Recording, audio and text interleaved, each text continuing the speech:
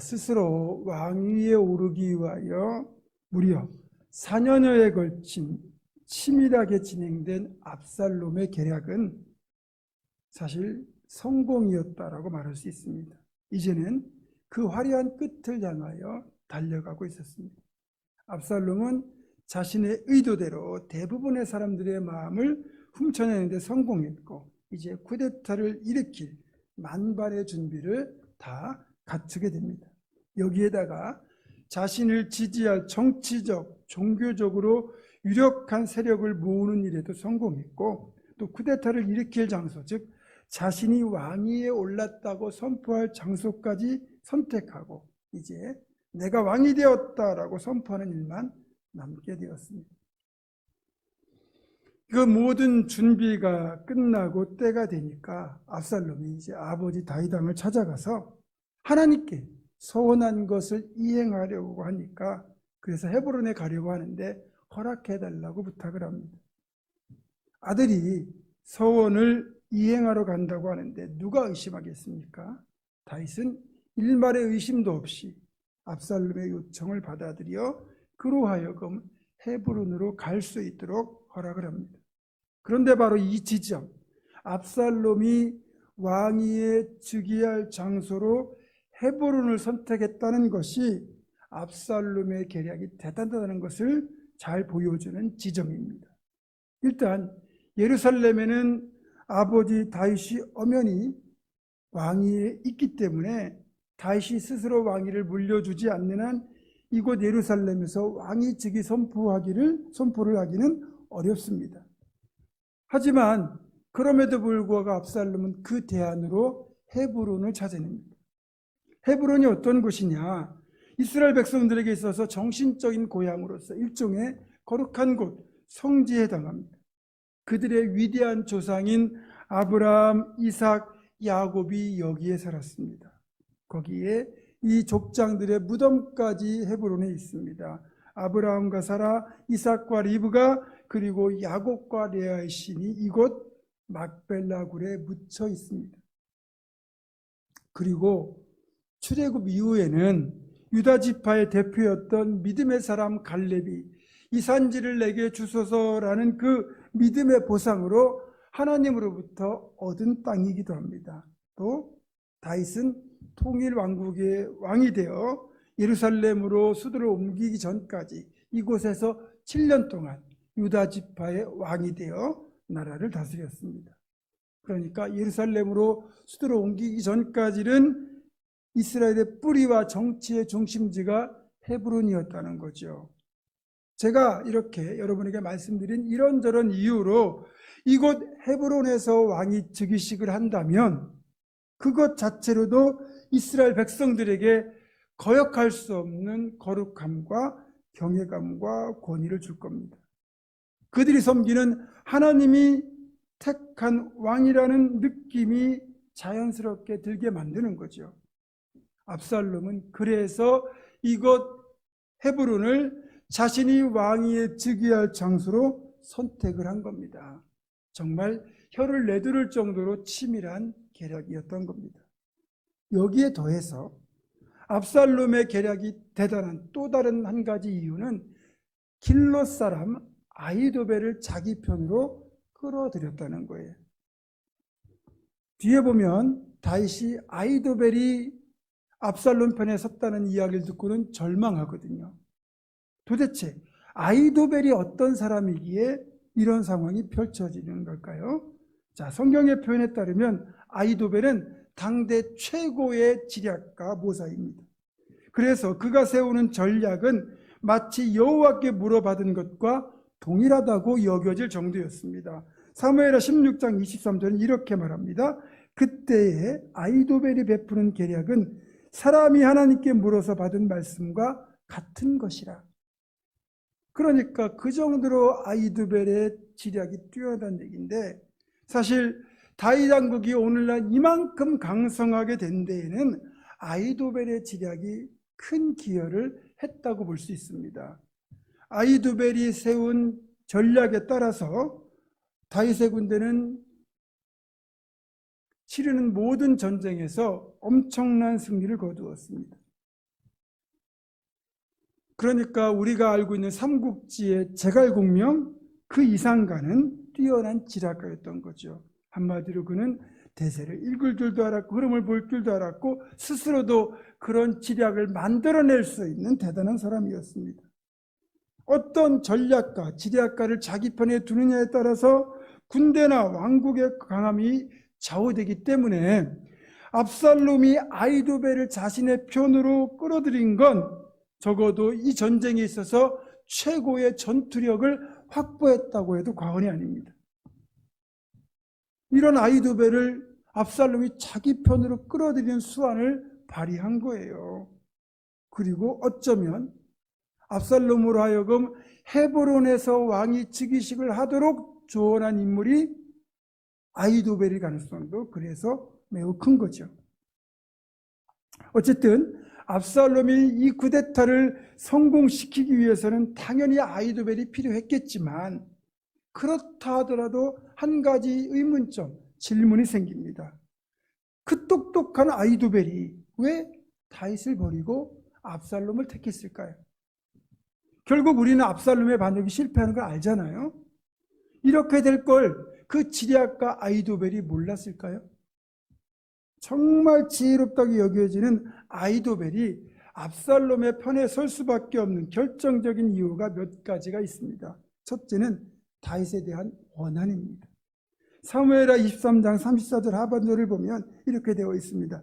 길롯 사람 아히도벨의 아들 엘리암과, 그러니까 아히도벨의 아들의 이름이 엘리암이죠. 그리고 사무엘하 11장 3절에 보면 이렇게 되어 있습니다. 그 밧세바를 말하는 거예요. 그는 엘리암의 딸이요 햇사람 우리아의 아내 밧세바가 아니니까. 그러니까 엘리암의 딸이 밧세바이고 밧세바는 그러면 아히도벨의 손녀딸이 되겠죠. 그러면 다윗의 사주에 의해서 전쟁터에서 죽게 된 우리아는 아히도벨의 손주 사이가 되는 겁니다. 아히도벨은 자신의 손주 사이인 우리아를 무척이나 아끼고 사랑했다고 해요. 그런데 어느 날 다윗이 우리아의 아내 밧세바를 범한 것도 모자라서 우리아를 전쟁터에서 죽게 만들었고 밧세바를 이어 다윗의 아내로 삼게 되니까 그때부터 아히도벨이 다윗에 대하여 실망하고 원한을 품게 되었다고 보는 겁니다. 따라서 아히도벨의 입장에서 보면 다윗은 왕이라는 권력을 이용하여 자신의 사리사욕을 채우고 욕망을 채우는 비열한 사람이었던 겁니다. 그런 점에서 보면 아히도벨의 배신에 대하여 다윗도 일정 부분 책임이 있다고 말할 수 있죠. 그렇게 보면 다윗 한 사람의 그릇된 욕망에서 비롯된 일탈이 가져온 후폭풍이 너무나도 거대했습니다. 제가 예전에 나비 효과 말씀드린 적이 있죠. 우리가요 하는 어떤 작은 행동이 의도하지 않았지만 엄청난 다른 결과로 이어지는 걸 말하는 건데, 어쨌든 우리가 좋은 행동을 하면 좋은 결과를 미치는 나비 효과가 되겠지만 우리가 잘못된 행동 하나를 했을 때 이렇게 엄청난 부정적인 결과로 이어지는 나비 효과가 될 수 있다는 것도 우리가 잊어서는 안 될 겁니다. 두 번째 추측은 당시 아히도벨이 볼 때 다윗은 지는 해고 압살롬은 찬란하게 떠오르는 아침 태양이었다는 겁니다. 여러분, 누가 지는 해를 두려워하겠습니까? 우리 한낮의 태양은요 눈으로 보면 금세 눈이 멉니다. 근데 저녁 서경에 지는 해는요 우리가 눈으로 봐도 아름다울 뿐 전혀 우리가 보는데 지장이 없습니다. 여러분, 대세를 읽을 줄 아는 사람이라면 지는 해가 아니라 당연히 떠오르는 해를 선택해야 맞죠. 아히도벨처럼 똑똑한 사람이 이 사실을 왜 모르겠습니까? 게다가 이런저런 이유로 지금은 다윗의 통치 말년입니다. 그러다 보니 레임덕이 발생을 하는 거죠.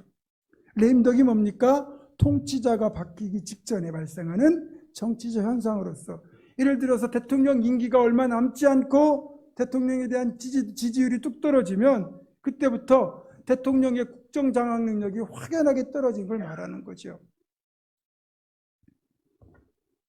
지금 다윗 시대에 이제 통치 말년에 레임덕이 발생하고 있는 걸 아히도벨이 보고 있는 겁니다.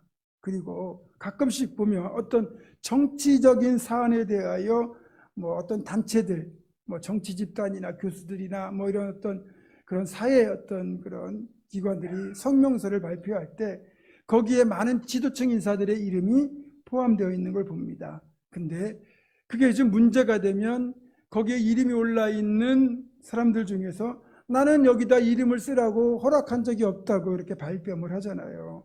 누구의 말이 맞는지 모르지만 적어도 성명서를 발표하는 측에서는 한 사람이라도 더 유력한 지도자의 이름을 거기에 포함시켜야 이 성명서의 영향력이 커지고 자신들의 주장이 옳다는 그런 인정을 받을 수 있기 때문에 그런 일을 벌이는 거거든요. 그러니까 압살롬의 입장에서도 자신이 일으키는 이 쿠데타가 나름대로는 옳다는 인정을 받는 방식으로 헤브론에서 열린 자신의 행사에 예루살렘에 있는 지도층 인사 200명을 초청하는데 이들이 하나같이 그 자리에 참석을 했다는 겁니다. 이들이 이 자리가 지금 압살롬이 왕위에 올랐다고 선포하는 그런 쿠데타의 자리가 되는지 안 되는지 알고 갔는지 모르고 갔는지 모르겠지만 어쨌든 유력 지도층 인사 200명이 결국은 압살롬의 편에 설 수밖에 없게 만든 겁니다. 그만큼 압살롬이 대단한 거죠. 게다가 대다수의 백성들의 마음이 압살롬에게 다 기울어버린 상태입니다. 우리가 지난주 살펴본 것처럼 압살롬이 백성들의 마음을 다 훔쳤다고 했잖아요. 그래서 누구나 다 자연스럽게 압살롬이 다윗의 뒤를 이어 왕위에 오를 것이라고 내심 생각하고 있던 차에 지금 압살롬이 쿠데타를 일으켜 왕이 된다고 해도 그 시기가 앞당겨졌을 뿐 전혀 잘못된 일이거나 이상한 일이라고 생각하지 않을 거라는 겁니다. 아무도 압살롬의 왕위 등극을 반대하지 않았습니다. 무언의 동조를 하고 있는 겁니다. 이런 사실들을 종합해 볼 때 아히도벨이 압살롬의 편에 서는 건 당연한 겁니다. 또 그것이 세상적인 판단으로 볼 때는 현명해 보이는 처신인데 그러나 가장 중요한 핵심 한 가지를 압살롬도 그렇고 아히도벨도 그렇고 간과하고 말았다는 겁니다. 그게 뭐냐? 그건 바로 그들이 하나님을 고려하지 않았다는 거예요. 이건 압살롬, 아히도벨 그리고 그 자리에 참석한 200명의 유력한 관리들, 백성들도 마찬가지입니다. 어쨌든 이렇게 압살롬의 진영은 최고의 지략가 아히도벨을 필두로 해서 예루살렘의 유력 지도층 인사 200명이 여기에 가담했고 수많은 백성들까지 지지를 보냄으로써 정말 강력하고 화려한 진영을 갖추었습니다. 압살롬은 드디어 때가 되었고 이제는 자신이 원하는 모든 것을 다 얻었다고 생각했을 겁니다. 그래서 드디어 헤브론에서 압살롬의 부하들이 압살롬이 왕이 되었다고 외치기 시작합니다. 그리고 예루살렘 다윗성을 제한 모든 지역에 있는 이스라엘 백성들이 압살롬을 새로운 왕으로 받아들였습니다. 하지만 앞에서도 말씀드린 것처럼 단 한 분, 하나님만큼은 압살롬을 새로운 왕으로 인정하지 않았습니다.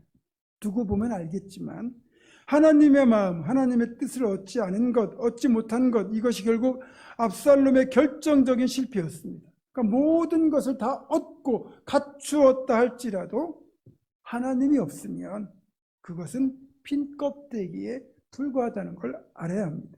물론 우리가 육신의 눈으로 보면 또 세상의 눈으로 보면 압살롬에 현혹될 수밖에 없습니다. 그것이 대세고 그것이 맞는 것 같거든요. 그러나 믿음의 눈, 영의 눈으로 보게 되면 압살롬의 편에 서는 것이 잘못된 선택이라는 걸 알 수 있는데 믿음의 눈으로 보지 않으니까 최고의 지략가인 아히도벨조차도 압살롬이 옳은 길이다, 성공의 길이라고 착각하지 않습니까? 어쨌든 아히도벨은 육신의 눈으로 보았기에 압살롬이라는 잘못된 선택을 하고 말았습니다. 그가 다윗을 떠나 압살롬을 선택한 것이 결과적으로는 하나님을 대적한 것이 되고, 그리고 자살로서 자신의 삶을 마감하는 불행한 결과를 스스로 택했기 때문입니다. 근데요, 놀라운 건 이렇게 대세가 완전히 압살롬에게 기울었음에도 불구하고 압살롬의 편에 서지 않은 사람들이 있었다는 겁니다. 이 부분은 다음 주에 살펴볼 텐데, 대세를 따라가지 않는 사람들은 세상적으로 보면 진짜 미련해 보이는 사람들인데, 그러나 하나님 편에서 보면 이들이야말로 진짜 지혜로운 사람들이고 성공할 수 있는 사람들이라는 거예요. 고린도전서 1장 27절에서 29절은 이렇게 말씀합니다. 그러나 하나님께서 세상에 미련한 것들을 택하사 지혜 있는 자들을 부끄럽게 하려 하시고, 세상에 약한 것들을 택하사 강한 것들을 부끄럽게 하려 하시며, 하나님께서 세상에 천한 것들과 멸시받는 것들과 없는 것들을 택하사 있는 것들을 폐하려 하시나니, 이는 아무 육체라도 하나님 앞에서 자랑하지 못하게 하려 하심이라. 아멘. 사랑하는 성도 여러분, 세상 사람들로부터 미련해 보이고 어리석다는 말을 듣더라도 절대로 사람의 기준이나 세상의 방법을 따라가지 마시고 오직 하나님의 기준, 하나님의 방법으로 살아가시길 바랍니다. 그러면 하나님께서 반드시 여러분을 돌보시고 선한 방법으로, 선한 복으로 갚아주실 것입니다. 아멘. 지금 이제 어떤 일이 헤브론에서 벌어지고 있는지 전혀 다윗은 모르고 그냥 평안히 예루살렘 궁궐에 있었는데, 갑자기 헤브론에서 출발한 전령이 다윗에게 와서 헤브론의 상황을 보고합니다. 그리고 헤브론에서 벌어진 이 쿠데타에 길로 사람 아히도벨이 압살롬과 함께 있다는 이야기를 들은 다윗은 도망하는 것밖에는 방법이 없다는 판단을 내립니다. 헤브론에서 예루살렘까지 직선거리로 37km 정도 됩니다. 여러분, 우리가 4km를 1시간 정도 걷죠? 그러면 부지런히 이동하면 10시간, 구보로 이동하면 적어도 6, 7시간이면 예루살렘에 도달할 수 있습니다. 그러면 이 상황을 헤브론에 있던 전령이 파악해가지고 예루살렘까지 오는데 걸린 시간까지 생각하면 지금 머뭇거리거나 지체할 시간이 없는 거예요. 실제로 압살롬을 따르는 거대한 군대가 예루살렘을 향하여 움직이기 시작했습니다. 마치 쓰나미가 밀려오는 것처럼 예루살렘을 향하여 좀 밀고 들어오기 시작했어요. 잠시라도 지체했다가는 남아있는 모두가 다윗을 포함하여 몰살당할 위기였습니다. 그래서 다윗은 부랴부랴 왕궁을 떠나서 광야로 도망합니다. 사울의 뒤를 이어 통일한 국을 이루고, 그리고 나라를 부강하게 만들고 화려한 왕궁에서 통치하던 왕의 모습치고는 너무나도 초라한 도피 행렬이었습니다. 정말 처량했을 겁니다. 쿠데타를 일으킨 인물이 다른 누구도 아닌 자신의 아들이고, 그리고 그 아들을 피하여 수도와 왕궁을 비우고 도망을 해야 되는 그 신세, 얼마나 처량하겠습니까? 그리고 이제부터는 더 이상 이 나라의 왕이 아니라 망명 정부의 왕입니다. 다윗은 할 수 없이 예루살렘 궁궐에 후궁 10명만 남겨두고 가족과 또 예루살렘에 남아있던 신하들, 그리고 경호부대와 함께 도피를 하기 시작했습니다. 신발도 제대로 신지 못한 채 예루살렘 동편 기돈이라고 하는 그 계곡을 건너서 맞은편 감람산으로 올라가며 이제 요단 동편에 있는 광야를 향하여 도망하기 시작했습니다. 모든 것이 끝났습니다. 누가 보더라도 이제는 다윗 왕국이 완전히 끝나는 순간처럼 보였습니다. 실제로 이런 상황에서 이 상황을 역전시킨다는 건 거의 불가능합니다. 그런데요, 이런 불가능한 상황을 뒤집을 수 있는 근거, 그런 소망을 품게 되는 한 단어를 23절에서 우리는 발견하게 됩니다. 그건 바로 광야라는 단어입니다. 광야길로 향하니라 이렇게 되어 있죠. 다시 지금 어디로 도망갑니까? 다른 곳이 아니라 광야로 도망가고 있습니다. 물론 급하게 도망할 곳이 광야밖에 없지 않느냐 그렇게 생각할 수도 있겠지만, 그러나 우리는 그 광야로 도망치는 다윗의 모습에서 절망이 아닌 소망을 발견할 수 있다는 겁니다. 왜냐하면 이제 우리는 다윗이 그동안 왕궁에 사는 동안 게을러지고 무뎌진 그의 영성을 광야에서 다시 회복할 수 있게 될 걸 미리 내다볼 수 있기 때문입니다. 예전에 다윗이 20대의 나이였을 때 자신을 죽이려고 하는 사울을 피하여 광야로 도망해서 10년 가까이를 그곳에서 살지 않았습니까? 광야 숲의 생활을 하는 동안 사실 사는 게 너무 불편하죠. 그러나 다른 건 몰라도 그 시절의 다윗의 영성만큼, 신앙만큼은 최고의 수준이었습니다. 모든 것이 불편해도 광야에서 기도하고 묵상하며 하나님만을 바라보던 그 시절 다윗의 영성은 최고의 상태를 유지하고 있었습니다. 그러니까 지금 다윗이 광야로 도망하고 있다는 건 예전처럼 그의 영성을 회복할 수 있는 좋은 기회가 될 수도 있기 때문에 여기에 소망이 있다고 말하는 겁니다. 솔직히 다윗이 통일왕국의 왕이 되고 왕국이 부강해진 뒤부터 지금 여기 압살롬의 반역이 오기까지, 이 사태가 여기까지 오는 동안 우리는 밧세바와의 사이에서 태어난 아기가 위독할 때를 빼고는 기도하는 다윗, 말씀 앞에 엎드린 다윗, 하나님을 바라보는 다윗의 모습은 발견할 수가 없었습니다. 한마디로 영성이 바닥으로 떨어져 있었던 겁니다. 그런데 이제 광야로 도망하는 다윗은 광야에서 다시 기도하게 될 것입니다. 광야에서 다시 하나님을 바라보게 될 것입니다. 그렇게 다윗이 광야에서 깊은 영성으로 기도하던 모습으로 회복될 수만 있다면, 비록 왕궁에서 쫓겨나서 광야로 들어갔다고 해도 광야는 저주가 아니라 축복의 땅이 되고 황폐한 땅이 아니라 풍성한 은혜의 땅이 될 수 있습니다. 이것이 고난이라는 광야를 만나게 될 때 신앙인들이 품게 되는 진정한 소망입니다. 가끔 우리도 원하지 않지만 광야로 도망하게 될 때가 있습니다. 갑자기 사업이 어려워지고, 갑자기 질병이 생기고, 자녀의 문제가 생기고, 사람과의 관계에 문제가 생기게 될 때 이런 원치 않는 광야로 쫓겨갈 때가 있습니다. 그럴 때 대부분의 사람들은 낙심하게 되지만 우리 신앙인들은 이 고난의 광야를 하나님의 시선에서 바라보면서 이 광야가 나를 다시 회복시키시려는 하나님의 은혜로구나, 이렇게 깨닫게 됩니다. 그래서 하나님은 실제로 아끼는 사람일수록 그의 영성이 무뎌지거나 잘못된 길로 걸어갈 때 그를 다시 광야로 내모르셔서 온전히 자신의 욕망을 내려놓고 무너졌던 기도의 시간을 다시 갖게 만들므로써 그 사람을 회복시켜 주십니다. 솔직히 영성이라는 것은요, 삶의 모든 것이 풍족할 때보다는 결핍이 있을 때 더 깊어집니다. 광야는 모든 곳이 결핍된 곳이기에 오히려 하나님을 더 깊이 갈망하게 되고 더 겸손하게, 더 진실한 모습으로 기도하게 됨으로써 우리의 영성을 깊고 풍부하게 만들어주는 곳입니다.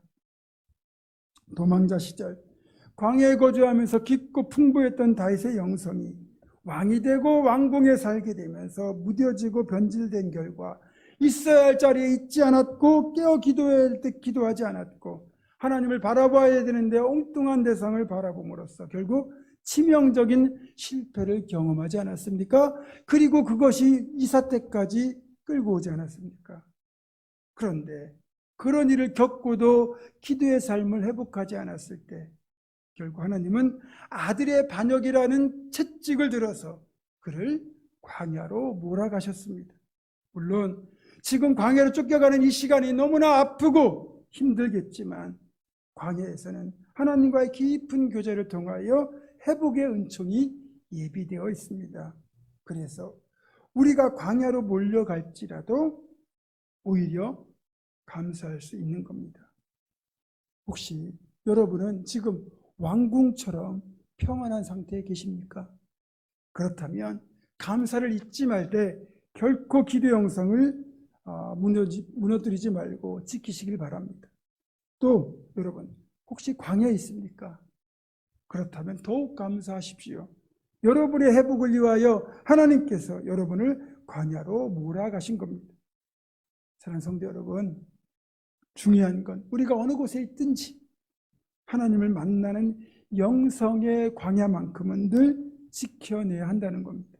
그것이 우리 영혼이 잘되고 복되게 사는 길이기 때문입니다. 그래서 일부러 가든지 아니면 실패하여 어쩔 수 없이 가든지 어쨌든 광야를 가는 것은 회복에 이르는 은혜의 길이 됩니다. 광야를 두려워하지 말고 광야에서 다시 하나님을 만나고 복된 회복을 이루는 우리 모두가 될 수 있기를 주님의 이름으로 축원합니다. 기도하겠습니다. 선하고 복된 길로 늘 우리를 인도하신 하나님, 혹시 우리가 고난의 광야로 몰려갈지라도 그곳이 회복의 소망이 있는 은혜의 장소임을 기억하게 하시고 광야에서 하나님을 만나 복된 회복을 이룰 수 있도록 이끌어 주시옵소서. 예수 그리스도의 이름으로 기도드립니다. 아멘.